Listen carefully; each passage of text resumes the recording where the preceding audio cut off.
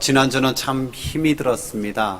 왜냐하면 안타까운 마음으로 기도하던 김현 집사님이 43살의 젊은 나이로 하나님 나라 갔기 때문이죠. 남아있는 사랑 아내와 어린 두 딸을 생각하면 가슴이 아픈데 본인은 어떠했겠습니까? 목회하다 종종 비슷한 일을 겪을 때마다 제 가슴속에 가득 차는 질문이 두 가지예요. 첫 번째는 제게 이런 목회 사역을 맡기고 영혼을 맡겼으면은 좀 하나님 기도를 금방금방 응답해 주시면 안 되겠습니까? 제게 좀 주님의 능력, 그 능력을 주셔서 히스기야가 기도했듯이 한 15년만 더 살게 하시면 얼마나 좋겠습니까? 왜 내게 그런 능력이 없이 목회를 하게 합니까? 두 번째는 이런 질문입니다. 무엇이 도대체 하나님의 뜻입니까? 도무지 이해할 수 없고 알 수가 없습니다. 어떤 것이 도대체 하나님의 뜻입니까? 제가 얼마 전에 제너럴 시처라는 목사님의 하나님의 뜻에 대한 책을 읽었어요. 그분은 음주운전한 사람으로 말미암아 장모님 그리고 아내, 딸까지 한꺼번에 목숨을 잃어버렸어요. 남겨진 자녀와 함께 너무너무 고통스러웠죠. 목사였지만은 참으로 깊은 슬픔과 그 우울증 비슷한 것, 참 헤어나기 어려웠어요. 그러나 결국 버티고 견딘 후에 이런 말을 결론적으로 하고 있어요. 우리가 어떤 큰 사건과 슬픔, 그 속에서 하나님 뜻 찾기에 갈망하며 거기에 초점을 맞추면은 참으로 이해하기 어렵다. 알지 못한다. 알지 못하는 하나님 뜻 때문에 고민하다가 거기에 몰두하게 되면은 원망과 또 괴로움만 더해지고 특별히 믿음까지 잃어버리기 쉽다. 이미 알고 있는 하나님 뜻, 그 뜻을 붙들고 그 뜻을 실현하며 나가야 된다. 그 뜻 가운데 버티고 견디다 보면은 하나님께서 하늘나라로 한 걸음 한 걸음 인도해 주신다. 오늘 20절 말씀 우리 너무너무 잘 알고 있습니다. 이것이 그리스도 예수 안에서 너희를 향한 하나님의 뜻이라. 18절부터 20절까지 웬만한 성도들은 암송하고 있죠. 항상 기뻐하라, 쉬지 말고 기도하라, 범사에 감사하라. 이것이 너희를 향한 하나님의 뜻이다. 근데 오늘 본문의 전체 단락은 12절부터 시작하는 거예요. 그 위에도 세 가지 더 귀한 하나님의 뜻에 대한 말씀이 함께 있는 거예요. 오늘 그 말씀을 함께 읽어가면서 말씀을 전하겠습니다. 우리 12절 13절 읽어봅시다. 형제들아 우리가 너희에게 구하노니 너희 가운데서 수고하고 주 안에서 너희를 다스리며 권하는 자들을 너희가 알고 그들의 역사로 말미암아 사랑 안에서 가장 귀히 여기며 너희끼리 화목하라. 아멘. 사랑 안에서 가장 귀히 여길 자, 그 자가 누구냐면은 주 안에서 너희를 다스리며 권하는 자다라는 거예요. 여러분, 이 주 안에서 너희를 다스리며 권하는 자를 한마디로 말하면 영적 지도자죠. 우리 교회 영적 지도자는 누구입니까? 어려운 질문이에요. 부족하지만은 제게 하나님께 주님께서는 구미시민교회를 위임하여 영적 지도자로 삼으셨습니다. 저뿐만 아니라 부교역자들 또 전도사님들 함께 영적 지도자로 세운 거예요. 어떤 원로 장로님께서 어린 교육자들도 잘 섬겼어요.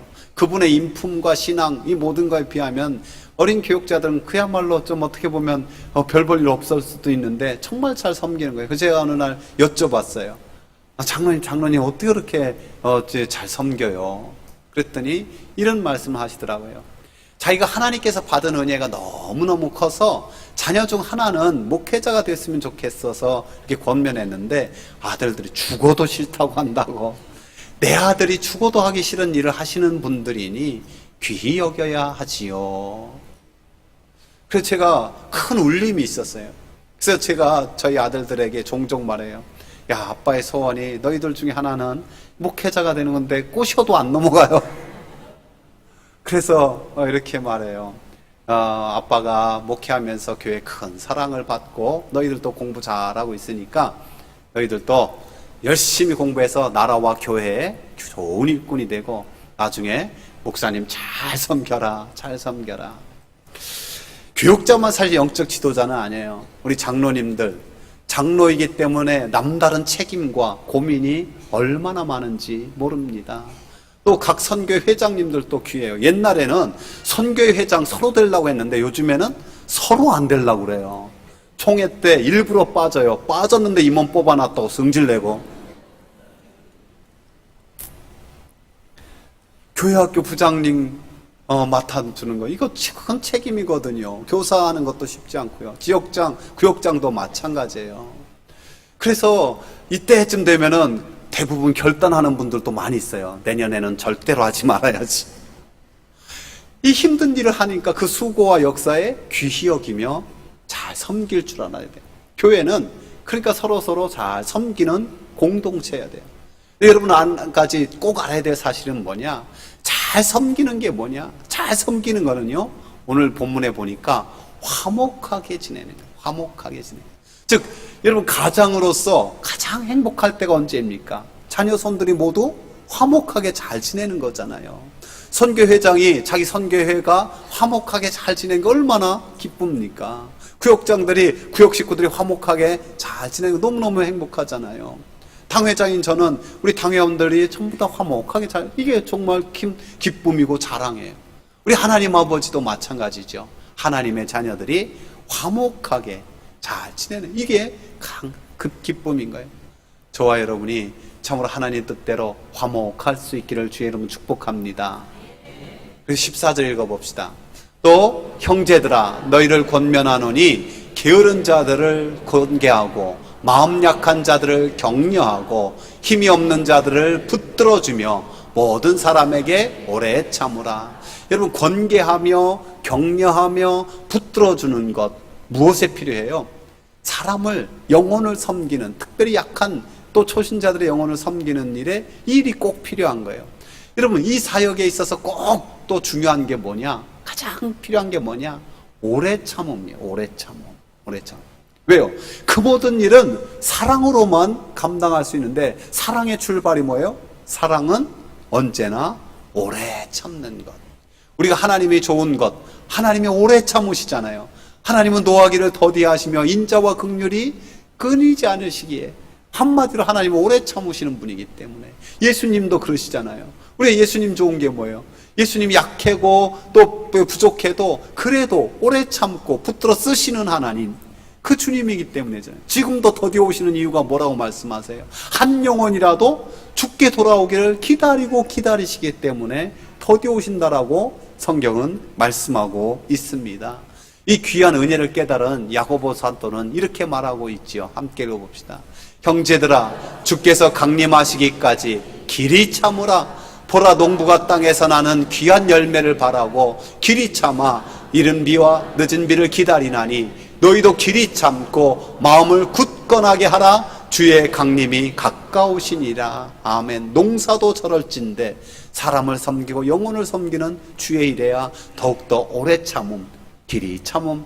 우리가 주님 오실 때까지 참으시는 주님과 함께 잘 참아 주의 뜻을 이루기를 축복합니다. 세 번째 15절 함께 읽어봅시다.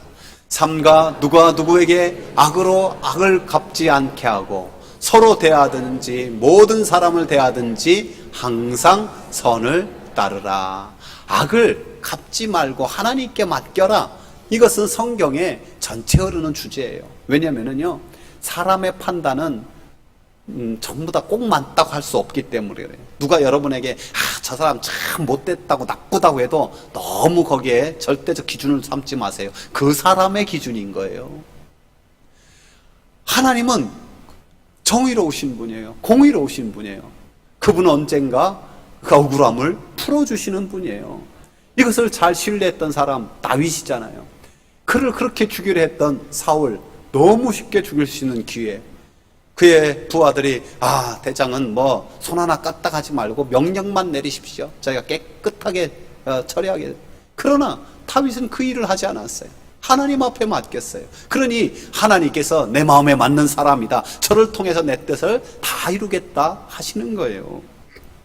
주님께서는 원수의 악을 갚지 말라는 것을 넘어서서 누구까지 사랑하라고 말씀하셨습니까?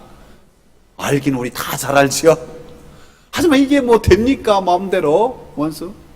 근데 사도 바울은요, 원수를 사랑해야 될 이유 또 구체적으로 이렇게 말씀하고 있어요. 함께 읽어봅시다. 내 원수가 줄이거든 먹이고 목마르거든 마시게 하라. 그리함으로 내가 숯불을 그 머리에 쌓아 놓으리라. 악에게 지지 말고 선으로 악을 이겨라. 원수가 목마르거든 마시게 하고 배고파거든 먹을 것도 주라는 거예요. 사랑을 베풀라는 거예요.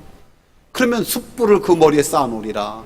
숯불이 머리에 올라타가지고 머리가 홀라당 타가지고 대머리가 되느냐? 이게 아니에요. 여러분, 2000년 전에 부엌의 아궁이의 숯불이 얼마나 귀한 거예요. 그거 잘 간직해야 되잖아요. 자칫하면 꺼지잖아요. 소박 맞아요. 꺼졌을 때 원수 같던 이웃이 숯불을 가지고 와서 그것을 붙여주는 거예요. 화해의 역사를 말씀하고 있어요. 저 여러분이 악에서 지지 말고 선으로 악을 이기는 귀한 은혜의 역사가 차고 넘치기를 축복합니다. 네 번째 뭐예요? 항상 기뻐하라라고 말씀하고 있어요. 우리가 좋은 일이 있을 때 어쩌다 또 기뻐할 수 있지만 어떻게 항상 기뻐할 수가 있습니까? 이 말씀을 전한 사도 바울은 이런 비결을 말하고 있어요. 그가 빌립보 감옥에 갇혔을 때 찬송했잖아요. 기뻐했잖아요. 그 빌립보 성도들에게 주 안에서 항상 기뻐하라. 내가 다시 말하노니 기뻐하라라고 감옥 속에서 다시 말하고 있어요. 자, 감옥 속에 있는데 사도 바울은 어디에서 항상 기뻐하라고요? 주님 안에서. 나는 지금 감옥 속에 있는 게 아니라 주님 안에 있다라는 거예요. 그러면 주님이 내 안에 있고 내가 주님 안에 있는 자들은요, 주님께서 이런 음성을 반드시 들려줘요. 어떤 음성이냐? 내가 책임질 테니까 기뻐해. 따라하세요. 내가 책임질 테니까 기뻐해. 그럼 기뻐할 수 있는 거잖아요. 우리 옆 사람에게 한번 축복합시다. 주님이 당신을 책임집니다. 아멘. 근데 우리가 이렇게 말은 하지만은 조금 어려운 문제, 조금 힘든 슬픔이 있을 때 어떻게 기뻐할 수 있습니까? 여러분, 제가 종종 말하지만 비결이 있는 거예요. 어떤 때 어떻게 해야 되냐? 하나님 앞에서 울어야 돼요. 하나님 앞에 매달려야 되는 거예요. 근데 하나님 앞에 울면요, 사람 앞에 울 일이 없는데 하나님 앞에 진짜 울며 매달리지 않으니까 사람 앞에서 자꾸 울 일이 생기는 거예요. 하나님을 바라보지 않고 사람 바라보고, 하나님 붙잡지 않고 사람의 방법 따라다니기 바쁘고, 그러니 내 안에 평강이 없고 기쁨이 없는 거죠. 우리 주님께서 십자가를 앞에 두고도 이렇게 약속해 주셨어요. 함께 읽어봅시다. 지금까지는 너희가 내 이름으로 아무것도 구하지 아니하였으나 구하라. 그리하면 받으리니 너희 기쁨이 충만하니라. 주님 안에서 주님 주신 기쁨으로 충만할 수 있기를, 그것이 하나님의 뜻임을 믿으시기 바랍니다. 그래서 또한 주님께서는 곧바로 쉬지 말고 기도하는 게 하나님 뜻이다 라고 말씀하고 있어요. 가끔 기도하는 사람 많지만은 쉬지 않고 기도하는 사람 적잖아요. 근데 우리가 왜 주님께서 쉬지 말고 기도하라고 명령하셨는지 그 원인을 좀 잘 알 수 있어야 돼요.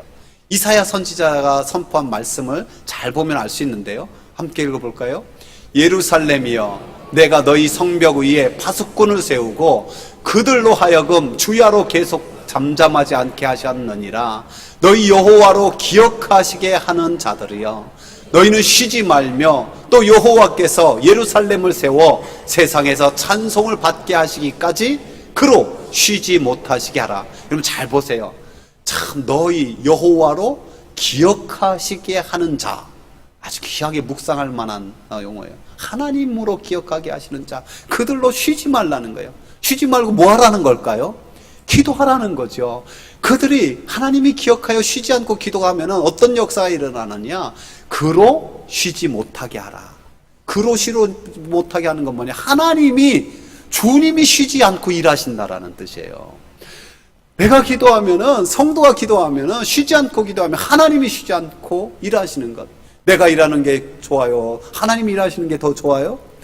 당연히 하나님의 일하시는, 하나님 일하시면은 내가 상상할 수 없고 생각할 수 없는 더 크고 비밀한 역사들이 일어날 줄로 믿습니다. 하지만 우리가 어떻게 쉬지 않고 기도할 수 있어요? 일도 해야 되고 밥도 먹어야 되고 잠도 자야 되는데, 이스라엘 사람들은요, 다니엘이 3번 하나님 앞에 정한 시간 가지고 정한 장소에서 기도했잖아요. 그걸 가지고 3번 그렇게 기도하면 쉬지 않고 기도하는 거다 그랬어요. 이슬람 교도들이 지금 5번 그 시간 딱딱 맞춰 기도하잖아요. 저도 그래서 종종 우리 성도들이 기본적으로 5번은 기도한다고. 언제요? 아침에 일어나는 눈 뜨면 기도하세요. 하나님 새날 주셔서 감사합니다. 오늘도 주님과 친밀하게 동행하는 감사의 날 되게 해달라고, 주뜻 이루는 날 되게 해달라고. 아침 점심 저녁 먹을 때 기도하잖아요. 밥 먹은 거 3번. 또 저녁 주무실 때도 자자 하고 그냥 코 골지 말고 기도하는 거죠. 하나님 오늘 하루도 내가 주의 뜻을 거스른 것, 참여할 것 있으면 참여하고, 또 하나님 앞에 내 몸과 마음과 영혼을 의탁하며 감사함으로 하루를 또한 마치는 것 할 수 있잖아요. 그럼 하고 계세요? 이거 어려워요? 할 수 있죠? 네, 성도들이 많이 기도하고 오랫동안 기도 참 좋아요. 근데 일상생활에서도 또한 우리가 기도하며 살 줄 알아요. 하나님과 교제하고 친밀한 거, 이게 기도하며 사는 거죠. 골로새에 보면은 사도 바울이 이런 말을 했거든요.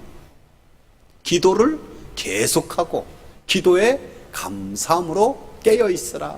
기도를 계속한다는 것은 어떤 것이 주님의 뜻일까? 주님과 계속 교제한다는 거예요. 그러면서 기도에 감사함으로 깨어 있는 것은 내 삶 속에 일어나는 모든 것 통해서 하나님께서 어떻게 응답하시는지 살펴보고 알아차릴 수 있는 거예요. 종종 보면은 많은 성도들이 자기가 기도한 제목조차 까먹고 있어요. 하나님께서 응답해 주셨는데 하나님께 감사를 돌리기커녕 어이구 재수 좋았네, 운 좋았네 이렇다고요. 우리는 잃어버리지만은 하나님은 잊지 않으시는 줄 믿습니다. 저와 여러분이 쉬지 않고 기도할 때 쉬지 않고 일하시는 하나님, 그분으로 인하여 더 감사하며 찬양할 줄 믿습니다. 이것이 하나님 뜻이라는 거예요. 그래서 마지막으로 뭐라고 말해요? 범사에 감사라고. 제가 얼마 전에 어쩌다 어른이라는 역사 강의를 잠깐 들었어요. 황의정성 이야기를 하더라고요. 그래서 참 청렴 결백하기로 유명한 정말 고귀한 우리나라의 스승이잖아요. 근데 이 황의정성에게도 인생에 문제가 있더라고요. 자식 마음대로 안 된다고 자식이 속썩이는 거예요.